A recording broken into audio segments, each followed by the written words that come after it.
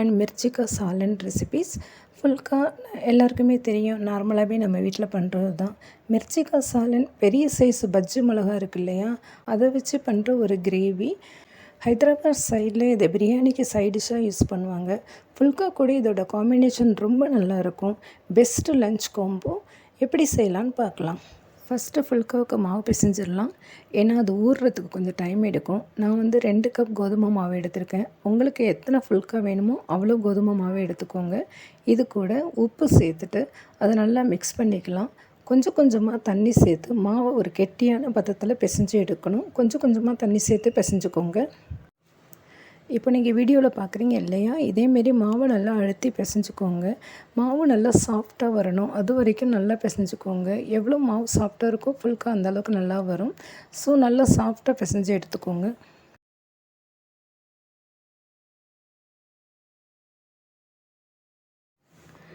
இப்போது மாவு நல்லா பிசைஞ்சு வச்சு ரெடி ஆகிடுச்சு. இது மேலே கொஞ்சம் எண்ணெயை அப்ளை பண்ணிவிட்டு ஒரு மணி நேரத்துக்கு இதை மூடி வச்சுருங்க. மாவு நல்லா ஊறட்டும். மாவு ஊறுற டைமில் நம்ம மிர்ச்சிக்கா சாலன் பண்ணி எடுத்துக்கலாம். இதுக்கு நான் 6 to 7 பஜ்ஜி மிளகாய் எடுத்திருக்கேன். இந்த கிரேவிக்கு ஃபுல் மிளகா நடுப்புற கொஞ்சம் ஸ்லிட் பண்ணிவிட்டு ஃபுல் மிளகா போட்டும் கிரேவி பண்ணலாம். பட் நான் கட் பண்ணி போட்டு பண்ணுறேன். மிளகாவை கட் பண்ணிவிட்டு அதில் உள்ள விதையெல்லாம் எடுத்துடலாம்.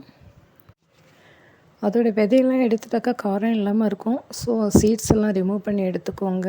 இப்போ எல்லா மிளகாவும் கட் பண்ணியாச்சு. இப்போ சப்ஜி எப்படி பண்ணலான்னு பார்க்கலாம். ஃபஸ்ட்டு இதுக்கு வேண்டிய மசாலா ரெடி பண்ணிக்கலாம். ஒரு பேன் ஹீட் ஆனதுக்கப்புறமா ஒரு 1/2 கப் வேர்க்கடலை எடுத்து அதை நல்லா வறுத்துக்கோங்க. வேர்க்கடலை கொஞ்சம் வறுபட்டோன்னே அது கூட 1 ஸ்பூன் தனியா சேர்த்து அதையும் வறுத்து எடுத்துக்கலாம். இப்போ வேர்க்கடலையும் தனியாகவும் கொஞ்சம் வறுபட்டுடுச்சு. இது கூட 2 ஸ்பூன் நான் டெசிகேட்டட் கோகோனட் எடுத்திருக்கேன். நீங்கள் நார்மல் கோகோனட் இருந்ததுன்னா அதையும் சேர்த்துக்கலாம். 2லேருந்து 3 ஸ்பூன் கோகோனட் சேர்த்து அதையும் ஃப்ரை பண்ணி எடுத்துக்கோங்க. இது கூட 2 ஸ்பூன் வெள்ளை எள்ளு சேர்த்துருக்கேன். அதையும் ஃப்ரை பண்ணி எடுத்துக்கலாம்.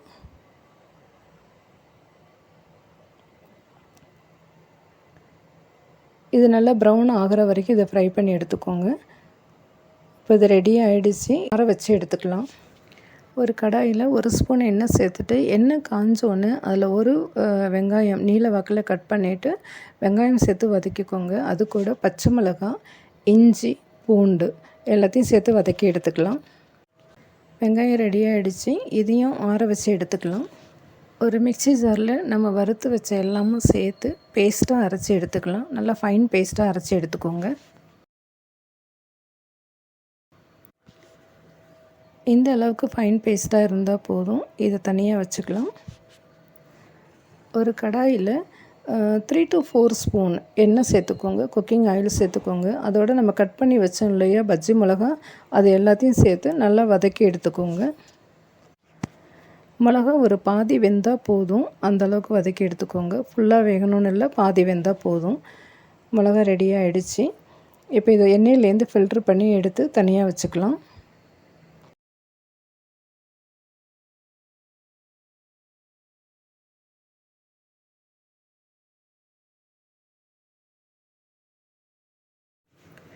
இதே எண்ணெயில் 1 ஸ்பூன் கடுகு, 1 ஸ்பூன் ஜீரகம், 1/2 ஸ்பூன் மிளகாத்தூள், ஏன்னா நம்ம ஆல்ரெடி பச்சை மிளகா சேர்த்துருக்கோம். ஸோ 1/2 ஸ்பூன் மிளகாத்தூள், 1/2 ஸ்பூன் மஞ்சள் தூள், 1 ஸ்பூன் தனியா பவுடர் சேர்த்து நல்லா வதக்கிக்கலாம்.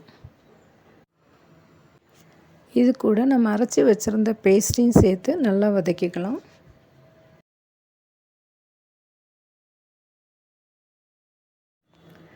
இப்போது இது கூட இந்த டிஷ்க்கு தேவையான உப்பு சேர்த்துக்கலாம்.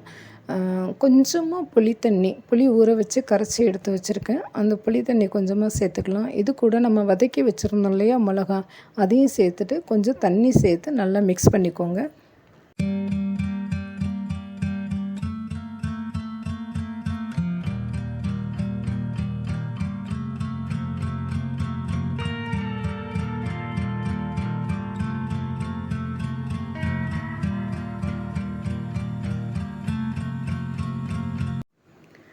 இது கூட 2 தக்காளி நான் 2 பீஸாக கட் பண்ணிவிட்டு சேர்த்துருக்கேன்.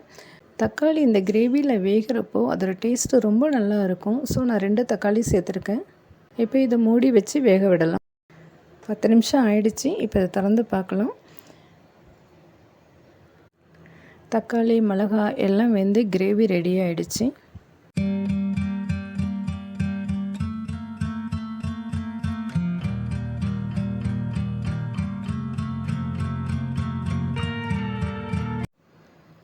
ரொம்ப ஹெல்த்தியான டேஸ்டியான மிர்ச்சிக்காய் சாலன் ரெடி ஆகிடுச்சு. ட்ரை பண்ணி பாருங்கள். நெக்ஸ்ட்டு நம்ம ஃபுல்கா எப்படி பண்ணுறதுன்னு பார்க்கலாம். ஃபுல்காவுக்கு நம்ம மாவு பிசைஞ்சு வச்சுருந்தோம் இல்லையா, 1 மணி நேரத்துக்கு மேலே ஆயிடுச்சு. ஸோ இப்போ பார்த்தீங்கன்னாலே தெரியும் அது எவ்வளோ சாஃப்டாக இருக்குதுன்னு. அதை எடுத்து இன்னொரு வாட்டி நல்லா பிசைஞ்சு விட்டுக்கலாம்.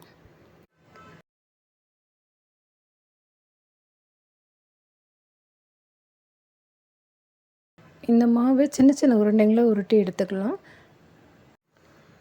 இப்போ ஒரு உருண்டை எடுத்து சப்பாத்தி மாதிரி தேய்ச்சி எடுத்துக்கோங்க. சப்பாத்தியை விட கொஞ்சம் மொத்தமாக இருக்கணும், ரொம்ப மெலிசாக இல்லாமல் சப்பாத்தியை விட கொஞ்சம் மொத்தமாக இருக்கிற மாதிரி இதை நல்லா தேய்ச்சி எடுத்துக்கோங்க.